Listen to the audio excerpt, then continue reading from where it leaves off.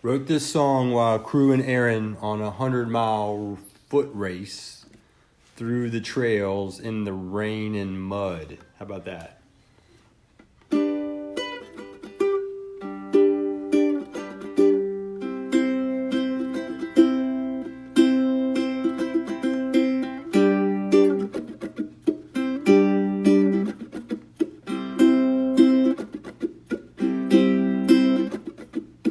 100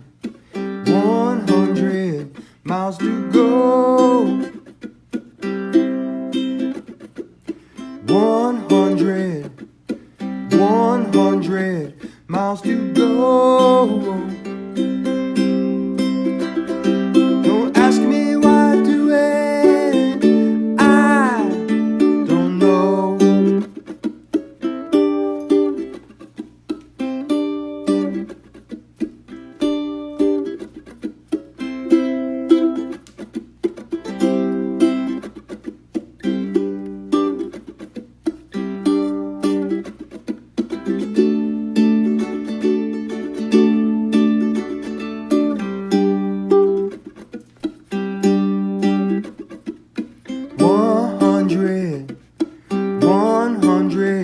Miles by foot.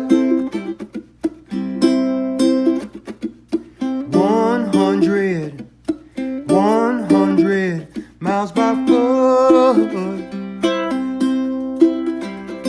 Don't ask me why I do it, I can't stay put.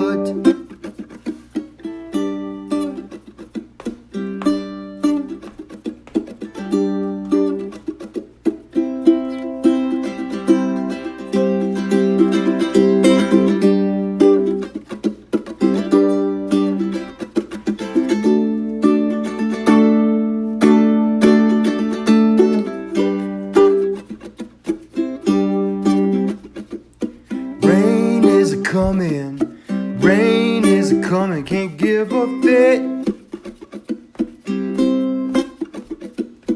Rain is a coming, can't give a fit.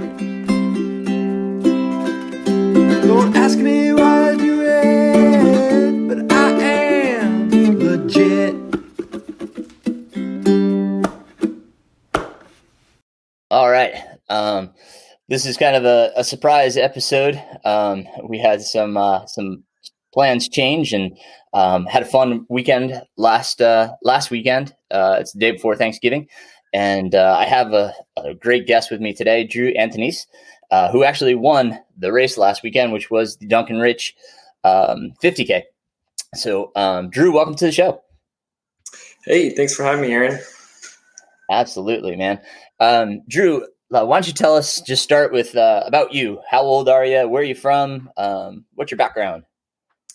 So my name is Drew Antonisse. I am 25 years old, born and raised in Marietta, Georgia. It's just a suburb of Atlanta, Georgia. I'm about 30 minutes north of Atlanta. I am a hiker, long-distance backpacker, and trail runner. And been traveling around a little bit. Went to school here in Georgia at Georgia Southern, down near Savannah, Georgia. Graduated in 2017. Just kind of getting into my field and getting my feet wet, moving around a good bit throughout the country, working different seasonal positions.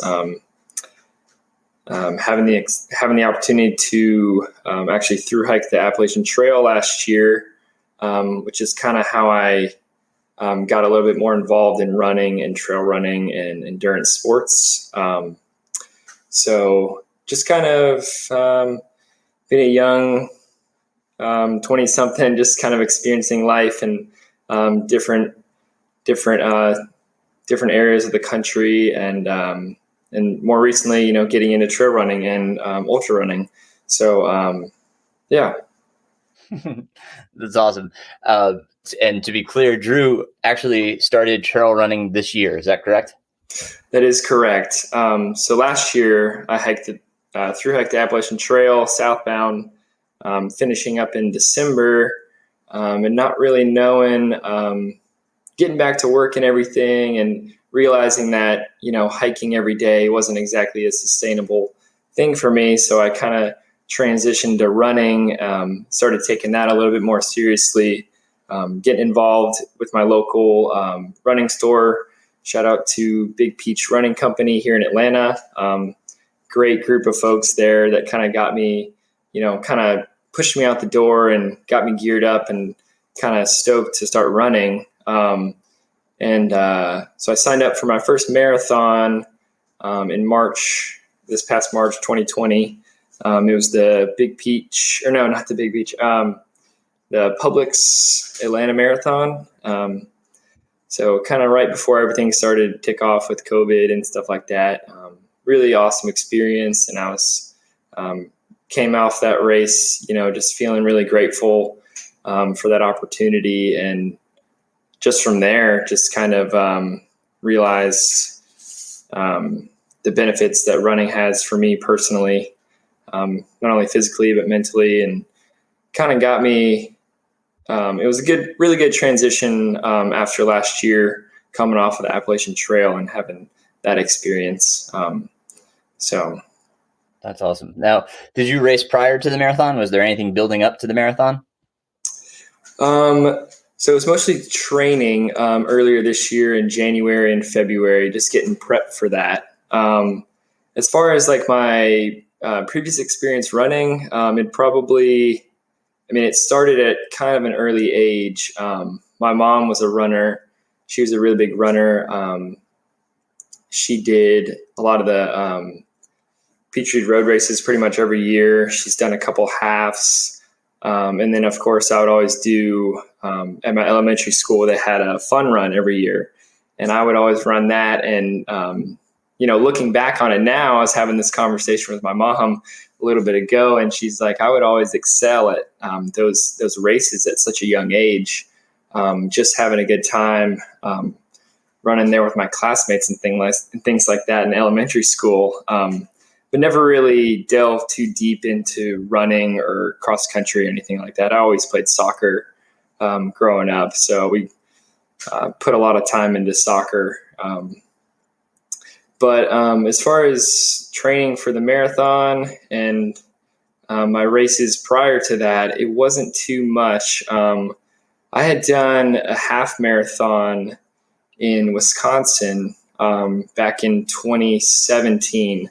I was actually working up there, and my coworker, she was a really big runner, and she was like, yeah, we're going to be traveling up here. And I'm actually signed up for this 10K, and it was a trail race on the Ice Age Trail up there in Wisconsin. And I was like, okay, that sounds like a really cool opportunity. And she was signed up for the 10K, and I was like, there was a half. And I was like, well, why don't we give this a shot? And kind of with no training or anything, I ran my half, my first half, I guess it would be. And I did pretty well. I think I did 2 hours and 15 minutes. I'm not sure on that time, but yeah, it was the St. Croix Falls half marathon, City of Trails half marathon and 10K. Really cool event. Now I'm looking back, and I'd love to go back up there and run that again. So that's really cool. And so you got through the marathon. You ran 3:45, was it? Did you say? That is correct. Yeah. 3:45, and then you got the bug and started doing some longer trail races. That was post marathon, correct? Correct. Yep. So post marathon, I had a really good experience there, and of course, COVID happened. I had signed up for a 50K here in Georgia, down at Sweetwater State Park, and that obviously, being in April, it ended up not happening. So I just kind of continued to run through the quarantine and everything back in March and April, and just started just kind of getting out on the roads and trails when possible. And so, yeah, just kind of, if anything, I know this year has been hard for a lot of people and stuff like that, but it's I've kind of been really grateful just for the extra time in some parts throughout the year to be able to focus a lot of energy on running and, kind of utilize that as an outlet for me personally to stay active and keep my mind busy and stuff like that. So I know I've heard a lot of people talk about that as well. And, kind of looking at, the bright side to things and when possible. So, but yeah, ended up doing that. Just running a lot this summer. Actually spent some time out in California on a seasonal position with the National Park Service, which looking back at it now, I'm really glad that happened given the wildfires and everything out there and on top of COVID. Yeah, I got some good experience out there running. So That's awesome. Yeah, he sure did. He ran a 50K in Tahoe, right? Yep. It's the Lake Marlette 50K. It's around Lake Marlette in Spooner State Park. So it'd be on the Nevada side of Lake Tahoe. So, and part of it's on the Tahoe Rim Trail. So some really, really beautiful trail out there and awesome community, obviously, and really great event. So you had a very respectable finish as well. There were some really talented runners in that race, and you finished, was it 5th? I was 6th overall. 5 hours, 47 seconds, something like that.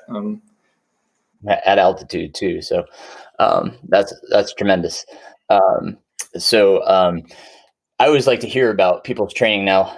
Drew is not one of my athletes. A lot of my interviewees have been my athletes, but Drew and I, as I said, we raced in Duncan, and I felt a kindred spirit in him, and his joy was evident to me, just his happiness and his gratefulness to be out there. So I really enjoyed his company. But in your training, what kind of things did you do? Were you just doing mileage? Did you do some workouts? Did you rely off any resource? How were you training? Yeah. So, one thing that I'm really grateful for, is like a lot of the resources out there, that we have as young athletes, as far as like mostly social media, ultra signups, Strava is great. Just looking at what other people do, listening to podcasts like yours. I also listen to the FKT podcast. Dylan Bowman has a really good podcast with The Well. And just kind of soaking up all the resources I can through media. Not really working with anybody else at this point, and just kind of reaching out, even on social media, to people if they've run a race or run a trail. Just kind of asking them like kind of what works for them and what doesn't.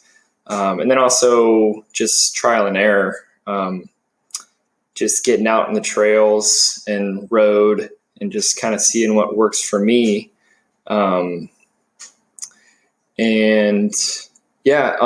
As far as training goes for some of the races that I've run, not doing too much mileage throughout the week, just kind of getting a lot of time on my feet, I think would be one thing I stress. So not super long runs, but for my work, I actually do spend a good bit of time on my feet throughout the day. Which is really helpful in that. And then after, before or after work, trying to get out and do a few miles when I can. And then of course, sticking that long run in there and seeing, what nutrition works and what, how my body holds up for some of these longer efforts. And then kind of this fall, actually, when I returned to the Southeast, I was doing some good like adventure runs, spending some time with my girlfriend up in North Carolina, just doing some stuff on the AT, just getting some good elevation, just having a good time in the mountains mostly. And then, day-to-day life, just trying to get the miles in here and there and just have a good time. And so Awesome. So Atlanta's hilly, but it's not mountainous like Duncan Ridge.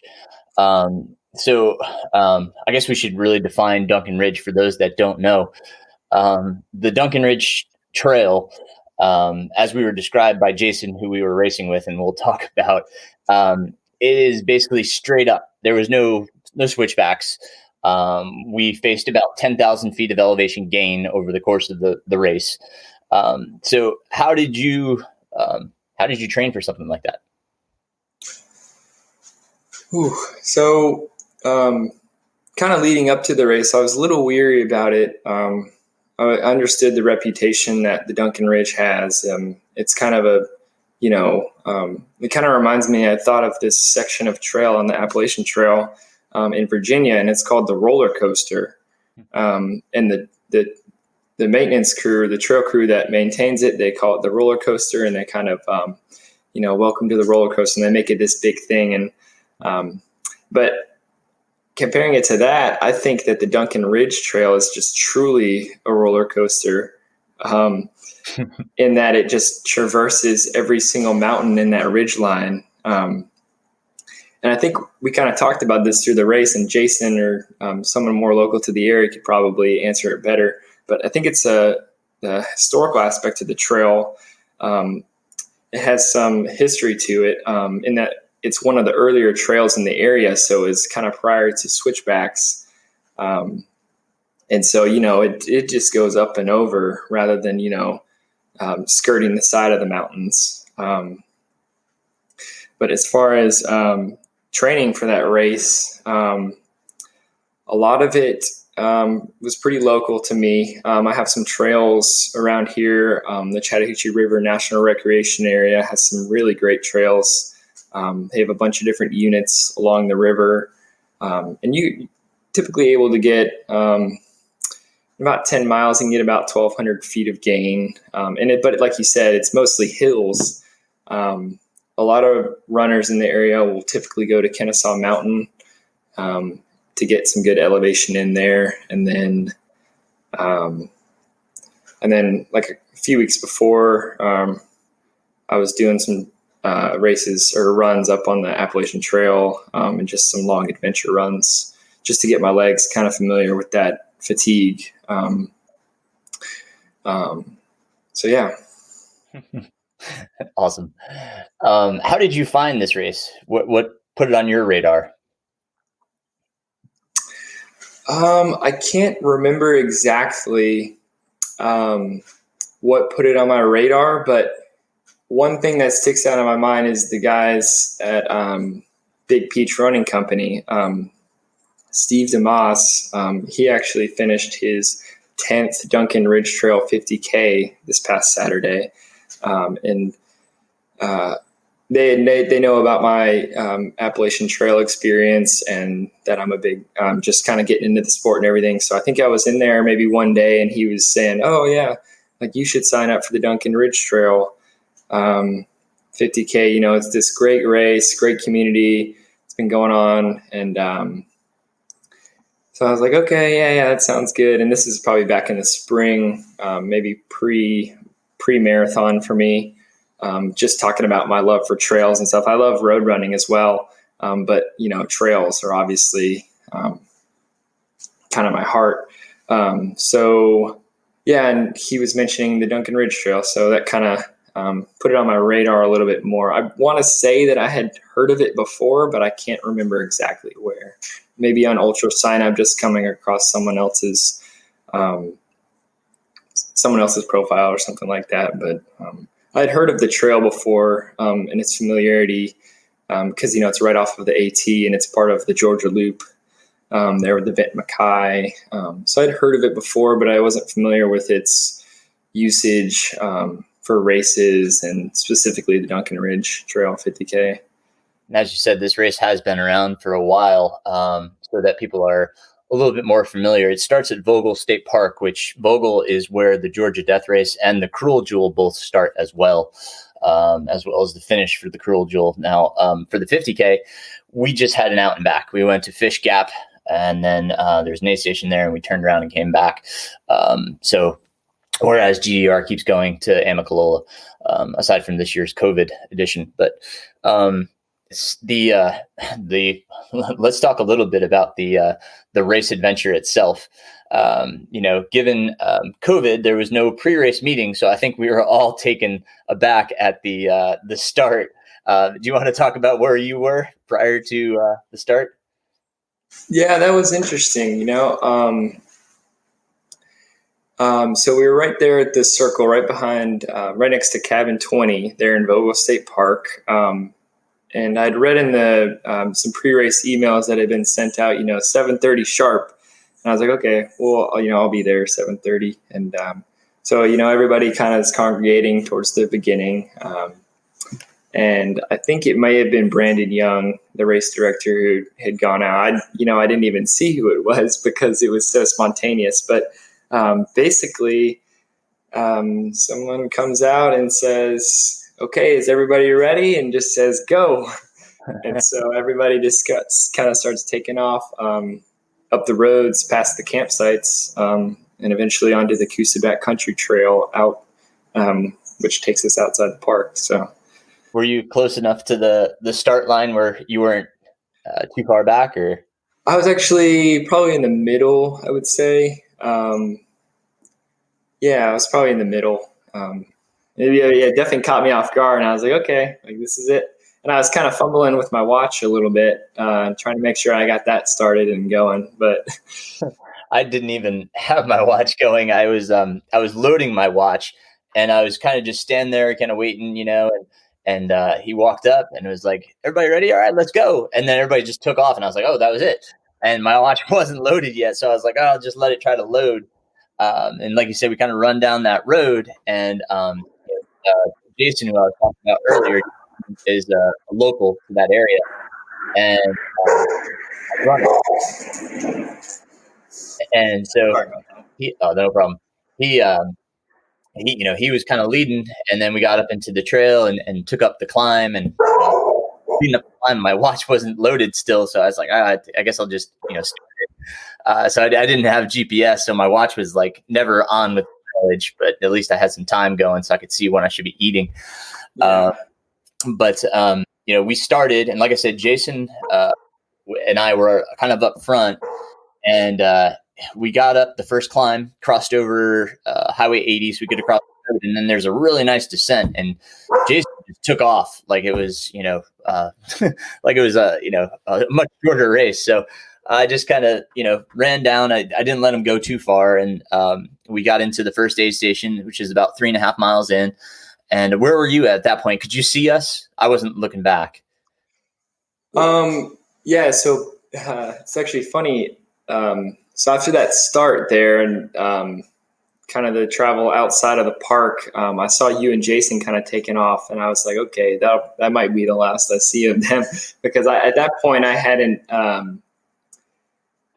was traveling outside the park, then crossed over 180. And then on that descent, I was basically alone.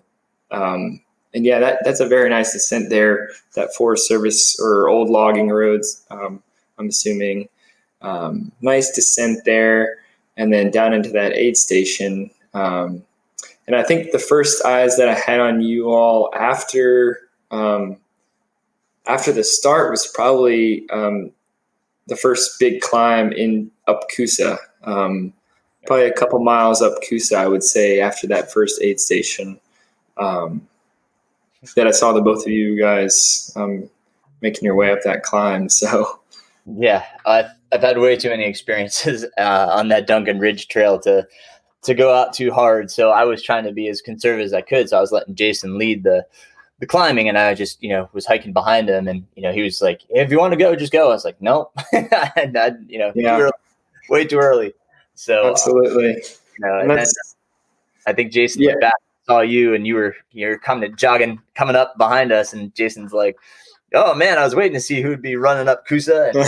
And yeah, and that's kind of funny because being kind of new to this and knowing the brutality of the trail and stuff, and that it was going to be kind of a long morning, I kind of set back a little bit, and I was like, okay, let's be a little bit more, because, and I'm glad because, that's a long climb too.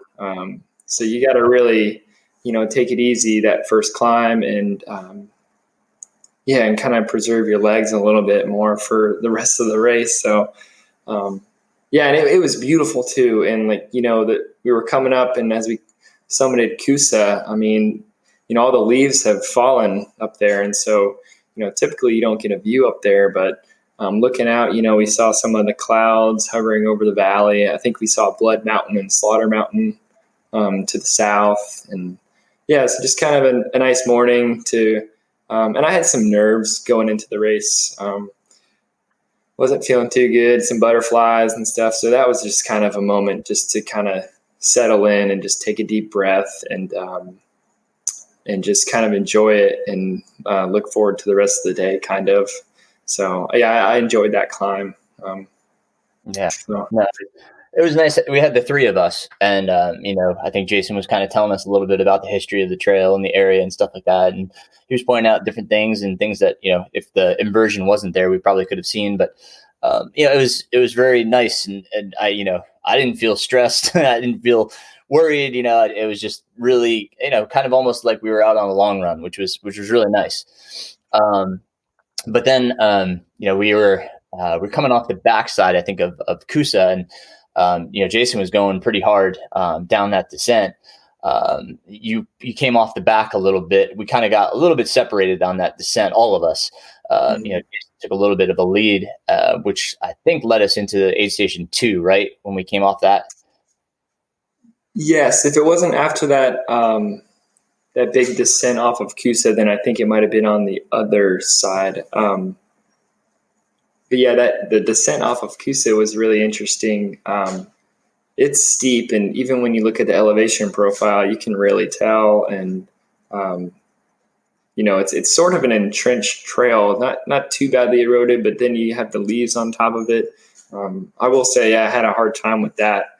Going into the race, I was looking forward to a lot of the descents, being able to take advantage of them. And mid descent or after that descent, I was kind of like, "Ooh, that was pretty tough. We'll see how the rest of this goes." So I was like, "Man," and it felt a lot longer. But and then kind of coming into that saddle there, where I think that aid station was. So Jason had come in and kind of gone out, and as I said to you, kind of felt like we were just doing like a fartlek, at that point, because we kept, going slow, going fast, going slow, going fast. It just felt like a yo-yo. And it's hard to get a rhythm in a trail race anyway, but I felt like, we weren't running.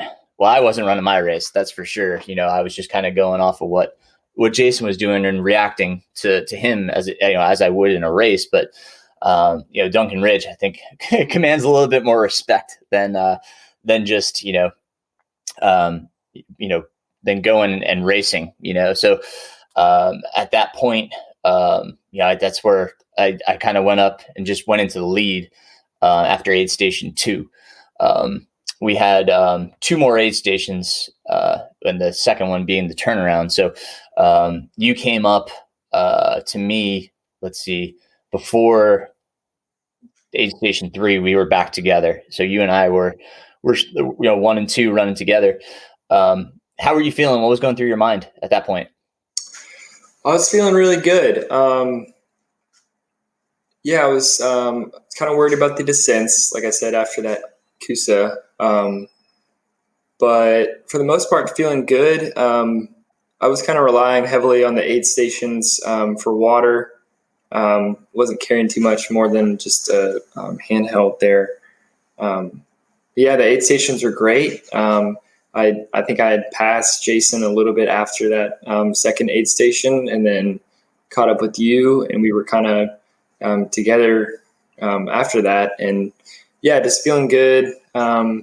Was kind of starting to get a little worried about my hydration. Like I said, I didn't have a whole lot of capacity with me, and it definitely started to heat up, kind of come mid-morning. And I, kind of gauged that with my sweat, the perspiration coming off my body, and I just started dripping sweat off my hat, and just kind of realizing that I was losing a lot of fluids, made me a little nervous there. But yeah, I was still feeling pretty good at that point. You had talked about in the past nutrition had been an issue, that you had problems with your gut, but you're dialed it in this race. What did you do differently? What do you think was the problem prior, and what do you think you did differently this time that helped? So I'd mentioned that. I think it was a lot of sugar, just a lot of the sugar that had kind of built up in my stomach. I've had some issues with that in the past, and where I'll get like a stomach cramp, and just not a good feeling in the gut. Body becomes kind of gassy and just not able to comfortably take in any more gels, and liquid even becomes kind of hard to keep down. But yeah, this time I had actually taken the advice of Eli White, who I had reached out about nutrition, and he kind of explained that he had kind of some similar problems with just having too much of that sugar from a lot of the gels and a lot of the mixes. So I actually kind of switched it up. I had some of the standard GU gels, and then I also went with a more natural gel from Huma, which is that chia seed blend. Has a lot of the more natural sugars, not so much maltodextrin, and that seemed to really work for me. So I had a couple different ones, and just kind of alternating between some of the standard GUs and that Huma, and then also I had some Tailwind mixed in there. I think the aid station had provided some Tailwind, and I would mix that kind of half and half, as well as some of my own Tailwind that I had packed along. So, and I was really happy with how it turned out. I didn't have any stomach issues. There was one moment where I kind of, had done a whole thing of Tailwind, and then, my stomach started to cramp a little bit. Then I just, next turnaround, I would fuel myself with, a more natural or something a little bit easier for the stomach with the Huma. So you kind of alternated a little bit between like your glucose and fructose, which is similar to what I was doing as well. I was going about every 35 minutes. I was taking something, and I had I drank about 3 bottles of Tailwind during the race, but I would do a spring. I was telling you about spring, which is spring nutrition. I used the Canterbury flavor. And so that was my more fructose based. And then, I would do a Cliff Bar, the Kids Z Bar. I would do one of those, and then follow, the next time with I had a cola GU, so a more glucose based with some caffeine. Especially as we got later into the race, I kind of relied on caffeine a little bit more. I'll talk about that when we get a little later into the race, but that is smart to mix up your nutrition, especially if glucose has been a problem in the past with your gut. So I'm glad things worked out there. And it did get hot, when we got to the turnaround together. You took a little extra time at that aid station to grab a few things. And I started kind of the hike back up because we had just done a nice descent to the turnaround. But I was just, hiking. I figured you'd catch up. So, in retrospect, I probably should have done something more with hydration. That's where both of us were kind of like, wow, we didn't have enough. Because on the race details, it said it was only 2.5 miles between the turnaround and the first aid station going back. Yeah, it was something like that. And and I think it definitely felt like a lot more. And maybe it was because of those tough climbs. I thought about it in my head, whether or not to skip that second to last aid station or before the turnaround, thinking that I would hit the either skip the final aid station. I couldn't figure it out in my head, but either way, I'm glad that I stopped. I pretty much stopped at every single one, and I'm glad for that after that climb and turn around there at Fish Gap. Yeah. No, I think I made it back to the after the turnaround. I made it back to the next aid station with some fluids. But I think after that one, you and I were still together. But that's where you took the lead. Was in between the third to last and second to last aid station. Is where you went into the lead. We had gone up. I think it was Wildcat is what we were calling it. Who knows if that was the actual name? But it was a brutal climb, and that's pretty much where my fitness gave out. As I told you, I wasn't quite ready for this endeavor, but I mean, I was pleased to get that far and feel that good, but that's kind of where I gave out. We made it to that next aid station, and you were in the lead there. So how were you feeling? I was feeling good. I will say though, right before the turnaround there at Fish Gap was probably sort of a lower point. We were still going together, but I started to feel a little tiresome, and I think I was starting to get a little bit of dehydration, and so I did end up spending a little bit more time at that last aid station. Had some salty snacks, and I drank a little bit more water than I might normally at an aid station, just filling up and then, downing it and then getting another refill, which really helped. And then just trying to dial in nutrition, had some gels with some electrolytes, and that seemed to help a little bit more. But nothing too bad, but I definitely did start to notice a little bit more sluggishness and maybe a little bit of dehydration. So luckily I was able to kind of nip that at the turnaround there, and then was feeling pretty good. Obviously some really tough climbs in there.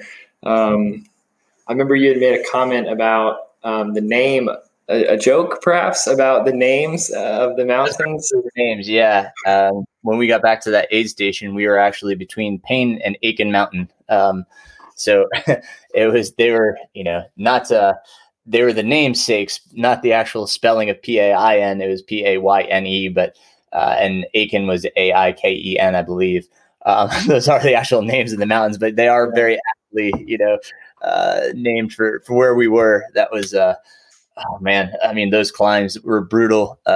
We turned around and we saw Jason, obviously because it's an out and back. So we saw where Jason was.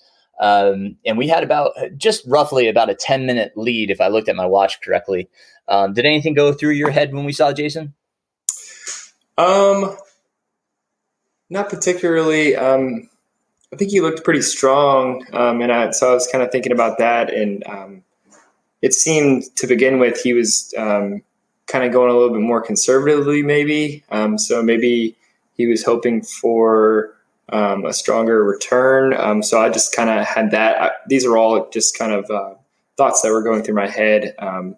Whether that was his actual plan or not, I'm not sure. But I did have that in the back of my head, just thinking, he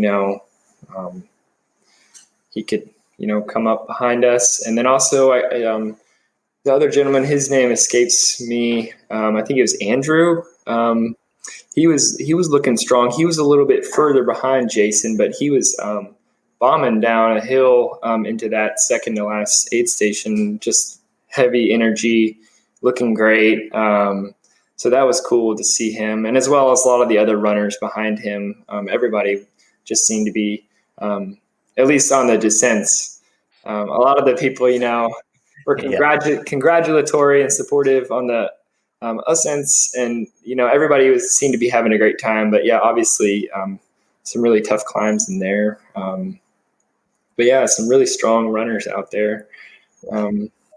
It's always a moral uplift when you're coming back on an out and back and you get to see the other runners and cheer each other on. But it always hurts so bad when you go past the last runner. Yeah.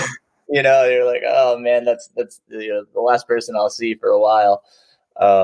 But they did have two races going on that day. So the 30K was also going on, which we rejoined in at one point. So we did, come up on the tail of some other runners. But yeah, there was kind of a stretch in there, when you had left and I was kind of solo, and I think I think at that point I was just in survival mode. So when I got back to the second to last aid station, I did what you did at the turnaround, and I just stayed there. I had ran out of water, a good ways back. I had been going without water, and I didn't feel bad. Like I didn't feel dehydrated, but I definitely knew I needed more fluid. So I said, can you fill this up with Gatorade? And I chugged that. Can you fill this up with water? And I chugged that. And I said, now fill this up with water one more time. And then I did a bunch of Mountain Dew. So I got a bunch of Mountain Dew in me to kind of help me soldier on. And I ate some food, that always helps. So took my time at that aid station. But doing that, it made me a little bit more leery of Jason and where Jason was at. And obviously I didn't know. But it made me cautious and kind of, checking over my shoulder, especially on the descent, seeing how well. Absolutely. And then it's always funny because if you're chasing, you'll get different reports. Oh, he's 100 meters up. Oh, he's 5 minutes up, and you're just like, he's up there. So yeah. I was just, it was kind of fun just to, be, in a chase mode. Not that my legs were going to give much chase at that point, but, it was cool to be, to have somebody up front. And I knew you looked strong when you took off. So it was, I couldn't concede, but at the same time, I was like, he's moving well and I'm not. So that was the reality at the moment. So I was running a little bit scared because of Jason. I think Jason had made the comment that I'll see you soon, as we saw him at the turnaround, which right. played a little bit in my head. It got me like thinking a little bit. So, that my mental place was not, I was not in a secure place at that time, but, you got to the second to last aid station. You're in the lead. Any thoughts at that point? What were you thinking and feeling? I was feeling really good. I will say that I did get a little emotional, just kind of realizing where I was at and how well I was doing, at least how well I felt like I was doing. Just thinking about, I just wanted to finish it and feel good about it. And that was like, you have to go, right? And then a good ways to get a lot of trail left, but I will say, like, I was like just kind of shocked myself at kind of how well I was doing and feeling, and so it was just kind of a shock to myself. Then realizing that there was I did realize there was a lot of trail left, but just kind of soaking in the moment and. Were you able to stay in the moment? Yeah. That emotion came and went. It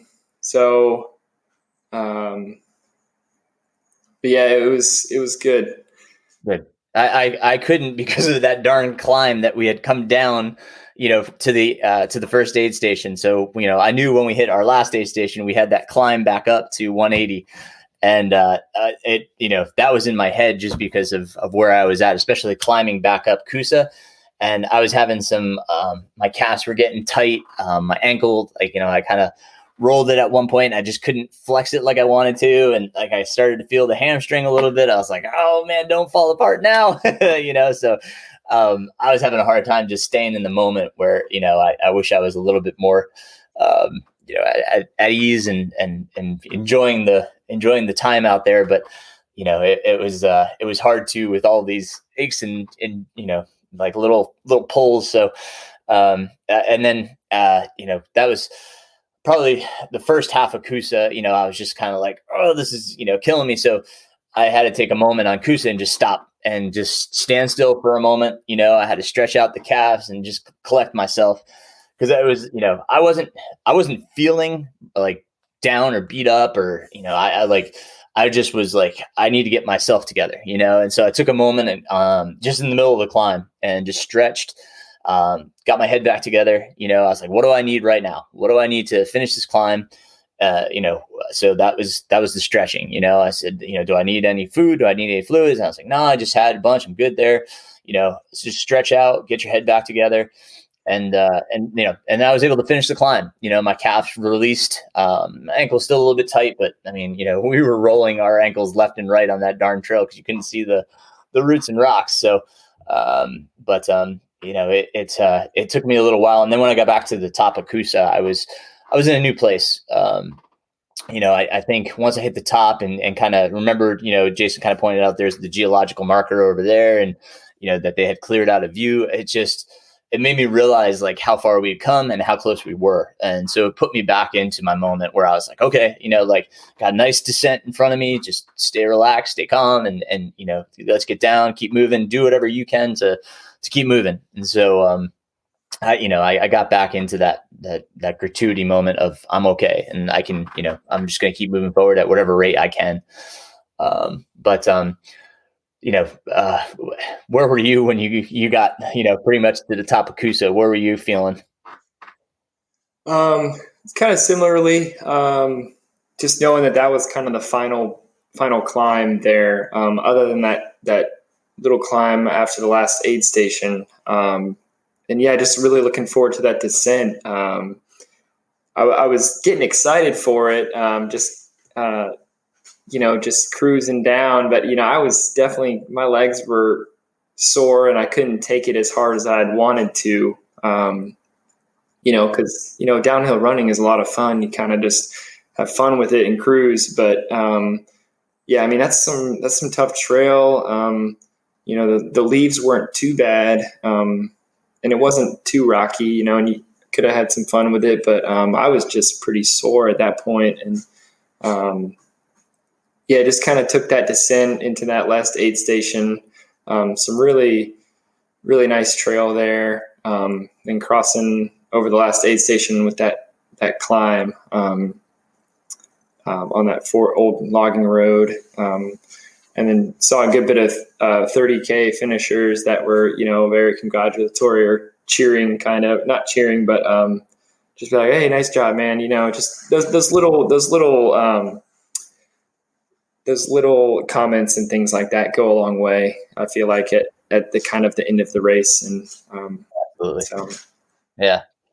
I came down to that last aid station and I hit a root, just like when you saw me almost fly into that tree. Mm-hmm. I flying like across the road, and the aid station volunteers like, oh shit, and I'm like, I'm okay. And she's like, oh my gosh, are you okay? I'm like, yeah, it's been going on all race, I'm fine. And, yeah. It's again there. I took another like little kind of reprieve and made sure I had enough fluids. I got a little bit extra food in me, and because I knew that that climb was going to be tough. Were you able to run up that? That was about a 2-mile climb, if I remember correctly. Were you able to run up that? Yeah, I was doing okay. I think I was going at about like 11-minute mile pace. So, just kind of a shuffle at that point. And there were more runnable sections of that than others. It was a little eroded in some areas. So, got the middle of the trail and you have like a little gully in the middle of it. But it was a nice little section. Anything more than that, it would have been hard. But yeah, and then obviously the descent from 180 down into the park is pretty nice. I actually took my hardest fall, I would say, in that less than a mile, I guess, crossing over 180. There's those little stairs, and I just tripped and went into this briar bush. Oh, jeez. And just yanked my leg out of it, and a little scratched up, and just kind of running on adrenaline, I guess, at that point or something. I don't know. I was just like, but yeah, some nice trail that way. So yeah. That final climb, I just kind of made it into a walk run. I probably lost a lot of time there because I was just, my legs were pretty obliterated from everything. So, but crossing over, definitely, I kind of got that rejuvenation. Like I was like, okay, like I'm good to run to the finish. But and then seeing a lot of folks, that was nice too. The 30Kers and stuff, kind of like, it was like you said, it kind of reinvigorates you a bit just to have human contact and, say, great job, like to them as well, for their endeavor. It was nice to share that, that kindred spirit that, here we are, about a mile from the finish and we're all going to make it. So that was cool. Absolutely. Yeah. And one more thing, it's funny about that 2.5 mile climb after that last aid station. It's, those old logging roads, how they wind in and out of the mountains kind of. And so it's like, it's like a false summit kind of, you see a bend and you're like, okay, I think, it's up that way. And it's, it's almost never ending. 2.5 miles isn't that long, but, and you can hear the motor. It's like a mental game, that you start playing with yourself and then you'll hear the cars and, but yeah, it's kind of funny that last little bit will get you.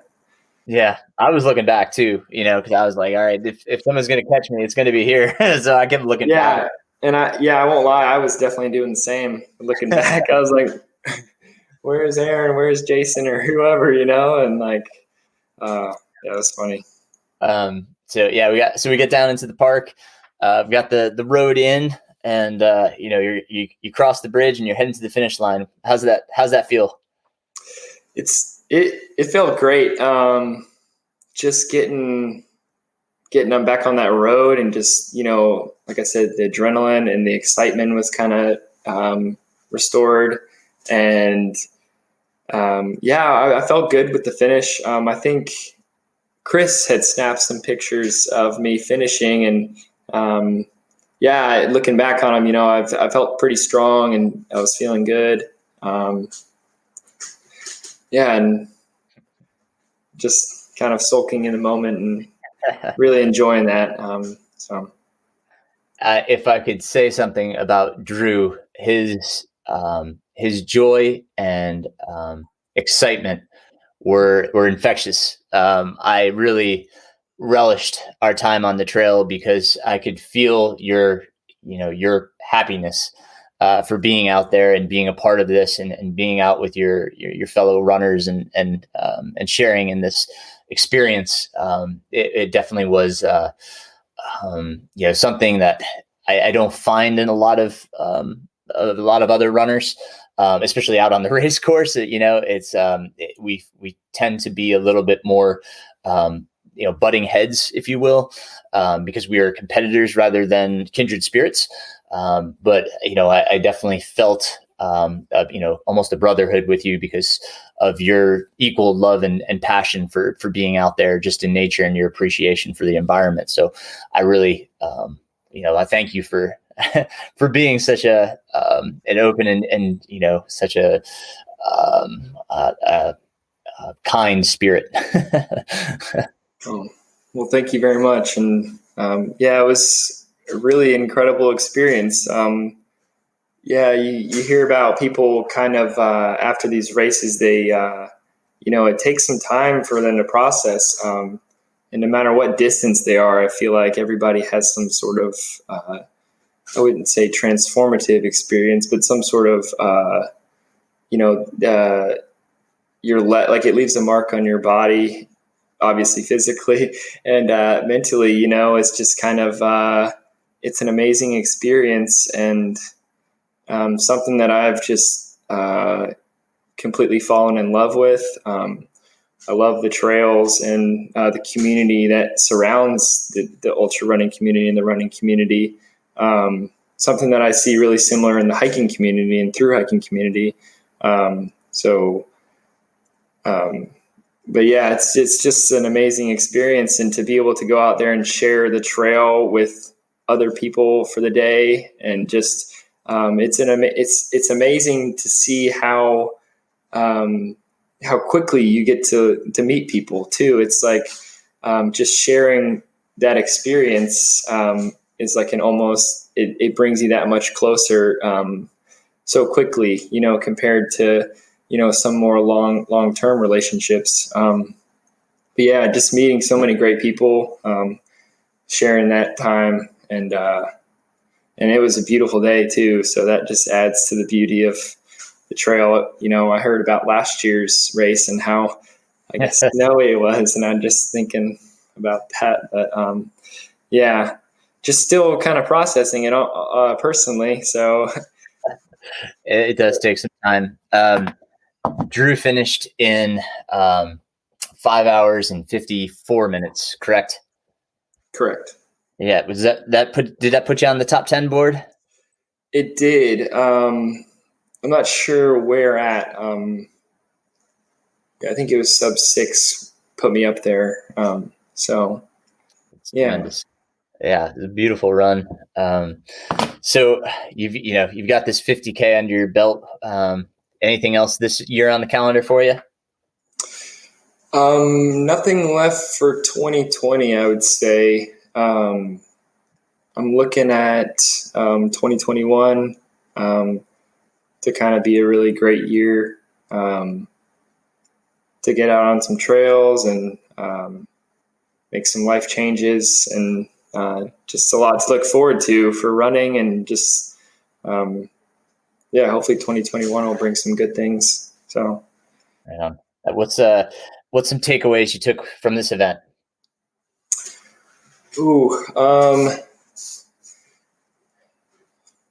As far as takeaways, I was really happy with how I listened to my body in response to what I thought was some early onset of dehydration. Just kind of listening to my body and intaking the proper fluids and taking that extra time, and to eat some salty snacks and drink plenty of fluids to hopefully negate that dehydration. And just always having fun with it too.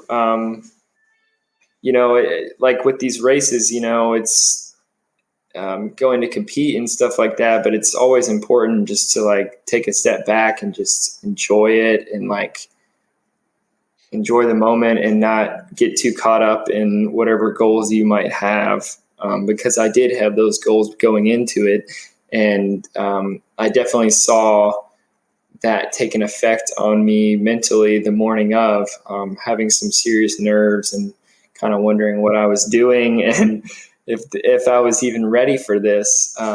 So just kind of just really enjoying it. I know that might be kind of cliche because obviously that's what we're all going into this wanting to enjoy it. But I think that's just a really important takeaway for me, is just to always have fun with it, no matter what goals you have in mind. So Well said. That's great. So cool, Drew. Anything you would have done differently, training or during the race? Training wise, it's kind of hard to say because I think I did well, but obviously, I would have liked to have trained a little bit more. I'm still kind of new to this, so like there are definitely things that I'm doing wrong in my weekly runs, but just kind of taking a trial and error approach, and just seeing how that works for me. But yeah, as far as like training, definitely something I'm still working on, and nutrition worked out really well. I was really happy with that. So I don't know that I would really change anything. Obviously there's always room for improvement, so I shouldn't say that. But yes, I'll have some things in mind moving forward that I definitely want to work on and make myself better. So How were you walking on Sunday? Were you okay? I was okay. So my girlfriend was in town, and we did some really nice hiking on Sunday, and it was a beautiful day. And yeah, quads were definitely very sore. I was pretty tired. Just overall, I think mentally kind of exhausted and physically exhausted, obviously. But yeah, I'm doing good now. I'm getting back on the roads, I guess. So Nice. That's awesome. So Drew won I took second. Jason, who we kept talking about, took third, and Andrew did stay in fourth. And a shout out to Sarah, who won the female division. She did quite well that day. So congrats to all the finishers, 50K and 30K alike. It was a beautiful race. I suggest you guys check it out. It's typically a November race. Again, Duncan Ridge Trail race. What a great place to have an adventure. 10,000 feet of gain is no joke, as Drew and I can both attest to. And my kids made fun of me because I couldn't walk downstairs. So, Drew, anything else you got for us? I don't think so. I just wanted to say thank you so much to Duncan Ridge Trail 50K, all the volunteers, and obviously congratulations to all the finishers, 50K and 30K. It's just a great atmosphere that I think everybody experienced, and everybody seemed to be having a great day. So yeah, just huge thank you to all of them, and huge thanks to my family and friends for all the support. Obviously, it's an individual sport and physical sport on yourself, but there's a lot of things behind the scenes for myself personally, and I think you can probably share this. A lot of support comes from our family and our friends. When you tell your family or your friends, I'm going to go run 31 miles, and they could either be like, well, why would you do that? Or they can be like, heck yeah, you should do it. So, and luckily, I have the support of the latter. They're always very supportive, and no matter what I do. So, I'm very appreciative and thankful for that. So, How can people find you, Drew? I'm on Strava. I'm on Instagram, Mr. Antonisse on Instagram. That's about it. All right. Awesome, man. Well, I'm grateful for your time. I hope you have a wonderful Thanksgiving with your family. Pleasure to run with you. I hope we get to do it again. As you said, hopefully you'll be moving to my area at some point soon. So you may be hearing more from Drew, on the podcast, but I'm sure you'll be seeing them on the trails and in the results. Congratulations once again on the win. That was a fantastic time. Psyched to have this time and conversation with you, Drew. Thank you. Hey, thanks so much, Aaron, for having me, and had a good time.